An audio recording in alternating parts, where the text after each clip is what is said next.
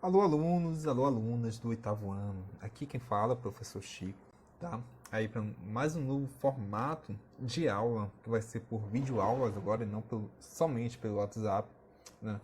Então, vamos tentar fazer de uma maneira bem divertida, bem leve, embora nós tenhamos aí um tempo a ser cumprido, consideravelmente longo, né, por exigências da escola, mas eu acho que vai dar para a gente ter um bom acompanhamento e um bom diálogo, tá? Então, olha só. Bora aqui para o slide. Nós veremos hoje, tá? Gêneros, biografia e autobiografia. Adianto de antemão que vocês estão diante de um gênero mais vendido nos últimos tempos, tá?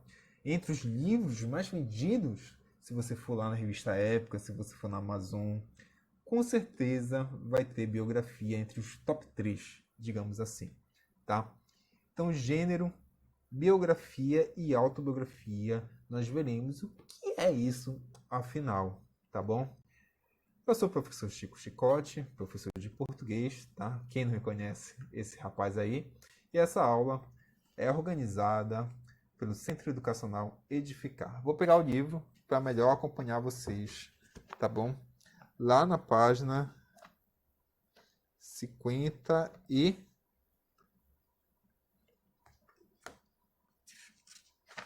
Só um instante. Página 54, tá? Bom, quem nunca... Fala a verdade, olha para mim aqui. Vou até me ampliar aqui. Quem nunca ficou curioso com algum segredo de um artista, intimidade do artista, algo que não está acessível, digamos, nos jornais, revistas, né? Por exemplo, Juliette, eu queria saber muito mais do BBB, como era a vida dela, como era a rotina dos amigos delas, para ver se realmente a personalidade dela condiz com quem ela é lá dentro da casa do Big Brother Brasil. Além disso, aquele cantor famoso, aquela cantora, K-pop, raça negra, quem nunca teve curiosidade para saber esses artistas aí na intimidade, não é verdade? Então, o gênero que vai matar essa nossa curiosidade é o gênero biografia, tá? Então, olha só. Biografar. O que seria biografar? Biografar seria contar a história da vida de alguém, tá? Contar a história da vida de alguém. Então, é uma história que vai ter alguém real como personagem, tá bom? E olha só. Então, biografia seria, né, essa etimologicamente, ou seja, a origem da palavra biografia vem de bio, que é vida, e grafia é escrita. Então, escrita da vida. Vocês percebem bem onde está a setinha, tá? É uma mistura entre jornalismo, literatura e história. Isso também é muito importante. Mistura entre jornalismo, literatura e história, que se relata a vida de uma pessoa, enfatizando apenas os principais fatos, tá? Scott, por que é uma mistura entre jornalismo, literatura e história? Olha, eu arrisco dizer que se aproxima muito mais do jornalismo, tá? Por que isso? O jornalismo, né, você vai retratar ali a vida de uma pessoa biografada, tem que ter um certo compromisso com os fatos. Então, há um trabalho investigativo, jornalismo investigativo, com os fatos que sucederam na vida daquela pessoa biografada, tá? Então, é muito comum jornalistas escreverem biografia, tá? Então, há um pouquinho aí em relação à biografia, um pouquinho aí digamos, um pezinho no real, sobre o fato, sobre algo que acontece que tem que ser, digamos, noticiado, entre aspas, tá bom? Então, vamos lá prosseguir aí. Literatura, até porque também é uma maneira de narrar, é uma maneira de falar sobre a vida de alguém, e história porque aconteceu num dado momento histórico, não é verdade? Então tá. Então vamos prosseguir. Olha só. A biografia, tá? Ela tem algumas pontuações a ser considerada.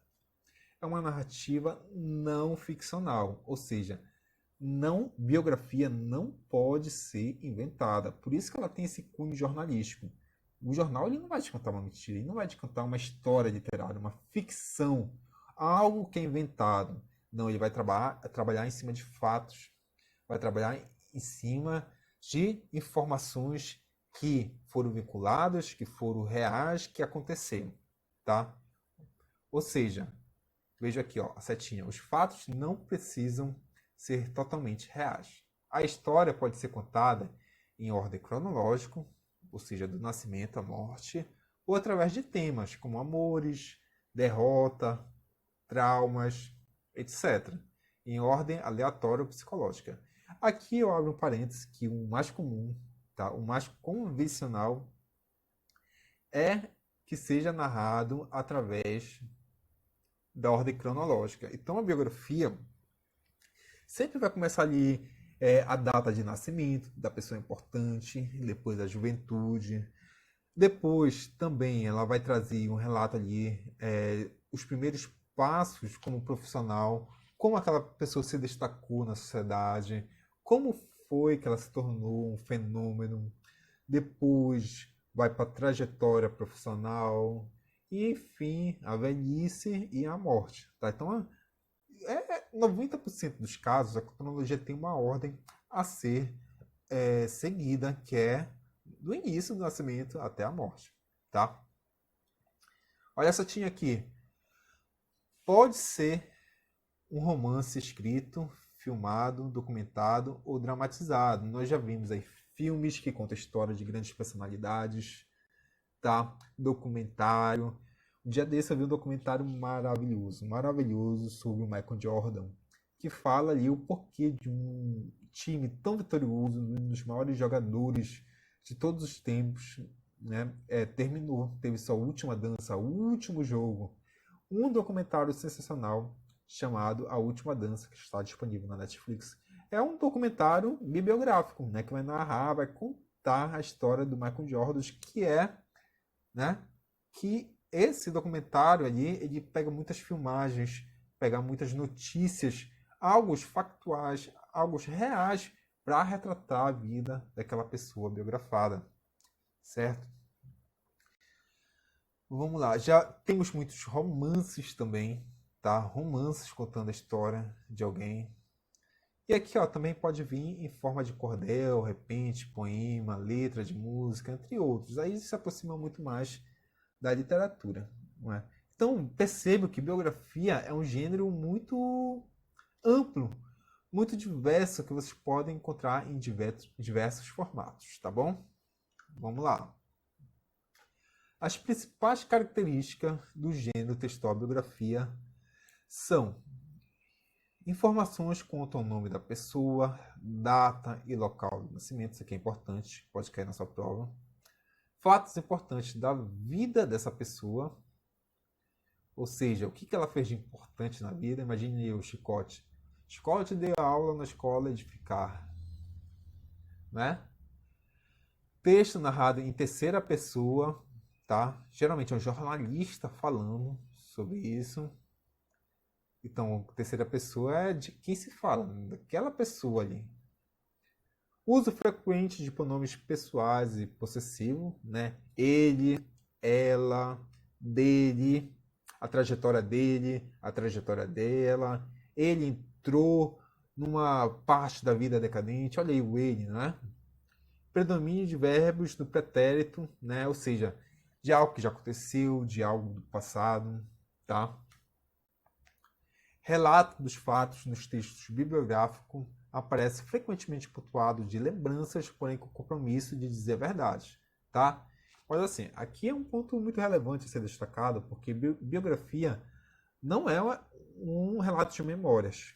Memórias Não necessariamente quem está relatando a memória tem o compromisso de falar a verdade. Por quê? Nem sempre as nossas recordações, as nossas memórias vão falar de maneira fidedigna sobre algo.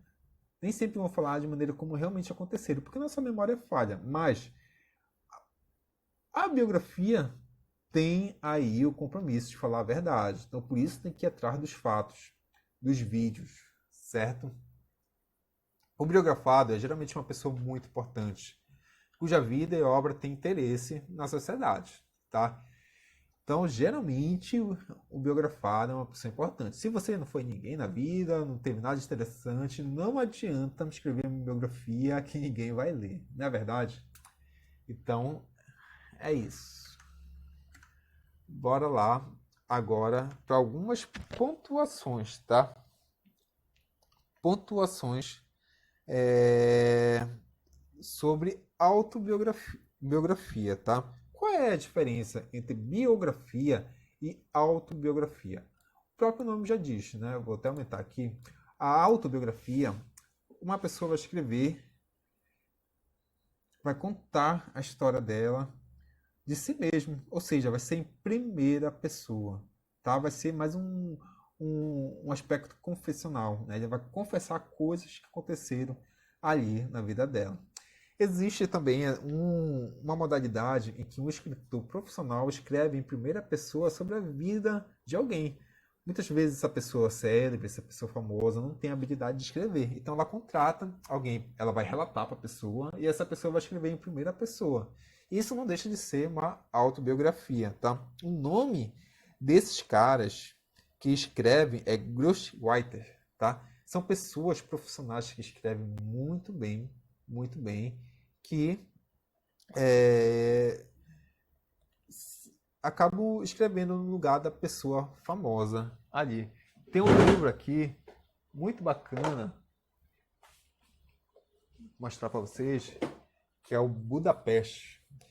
É um livro do escritor Chico Buarque que narra o personagem principal. É um escritor profissional, né, que ele escreve aí como se fosse se passando por outras pessoas. Livro muito bacana, sensacional, cara. Foi um achado, foi uma leitura muito gostosa, muito prazerosa, tá? Existem também as biografias não autorizadas.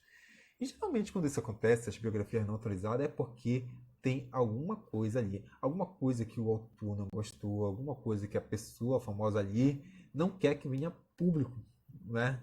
Então, geralmente essas biografias são que mais vendem como água. Por exemplo, existe uma biografia não autorizada do Roberto Carlos que se chama Roberto Carlos em Detalhes. Foi maior para acertar, porque Roberto Carlos não autorizou, ele mandou recolher, ainda pediu para o jornalista pagar, indenizasse ele por conta desse livro que foi lançado. Mas não adiantou nada. Na medida que ele pediu para recolher das bancas, o livro foi mais divulgado, ganhou mais fama e foi um marco histórico assim em relação às biografias aqui no Brasil, tá? Então, olha só.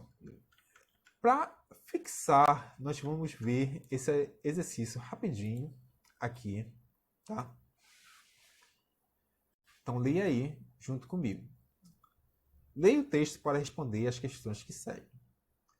O Diário de Anne Frank é um livro escrito por Anne Frank de 12 de julho de 1942 a 1º de agosto de 1944, durante a Segunda Guerra Mundial. No auge da Segunda Guerra Mundial, uma garota ganha em seu aniversário de 13 anos um caderno de autógrafos. Tinha um fecho, capa dura e um tecido xadrez vermelho e branco. O nome da garota era Anne Frank e ela gostava muito de escrever. Por isso, transforma o caderno em um diário.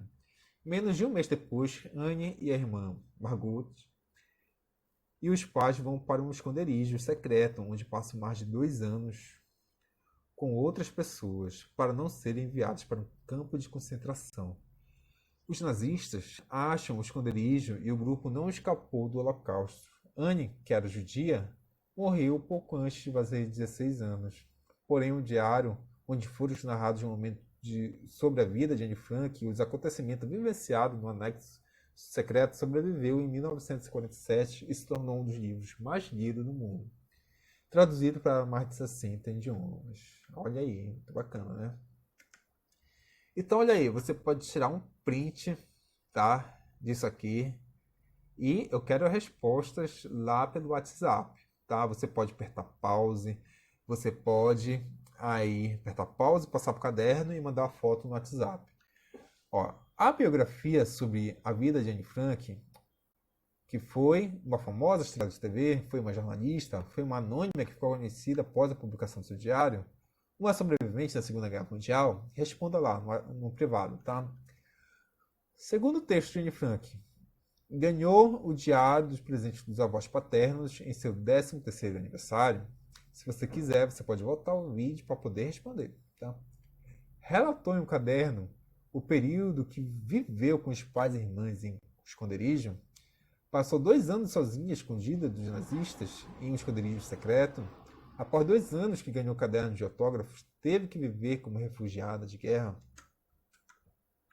Bora lá. É possível saber sobre Anne Frank que ela e a família fugiram da Alemanha nazista, ela e a família foram capturadas pelos nazistas, ela e a família sobreviveram à guerra, ela e a família morreram no esconderijo. Bom, vocês, como já disse, vão entregar isso, ajeitar a câmera aqui, entregar isso lá no privado, tá?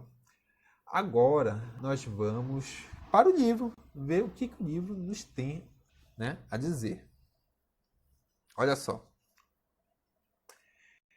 Então, caracterizando o gênero, bem aqui.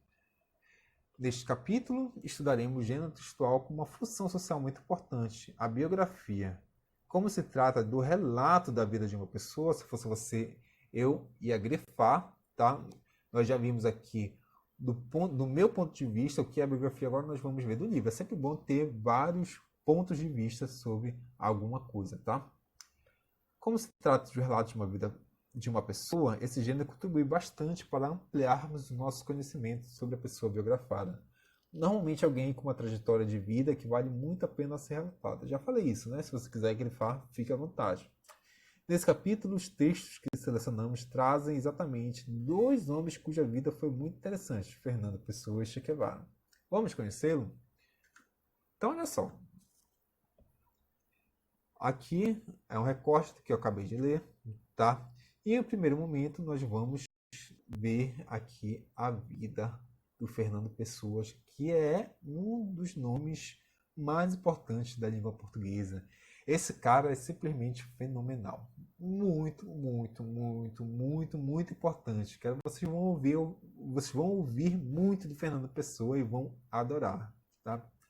Então vamos conhecer Fernando Pessoa. No dia 13 de junho de 1888, em Lisboa, nascia Fernando Antônio Nogueira Pessoa, filho de Joaquim Seabra Pessoa e Maria Madalena Nogueira Pessoa. Aos 5 anos de idade, fica órfão de pai. A mãe casa-se 2 anos depois com o comandante João Miguel Rosa, com quem vai morar em Duban, África do Sul. Lá, Fernando Pessoa conclui a formação básica em instituição católica irlandesa.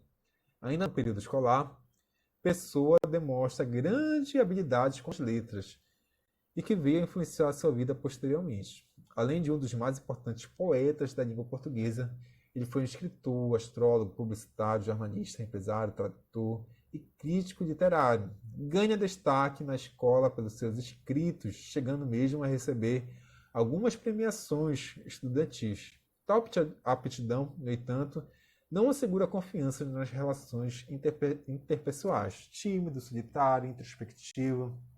Será através da criação de seus heterônimos, que nós vamos falar logo logo, que Fernando Pessoa libertará sua necessidade de diálogo.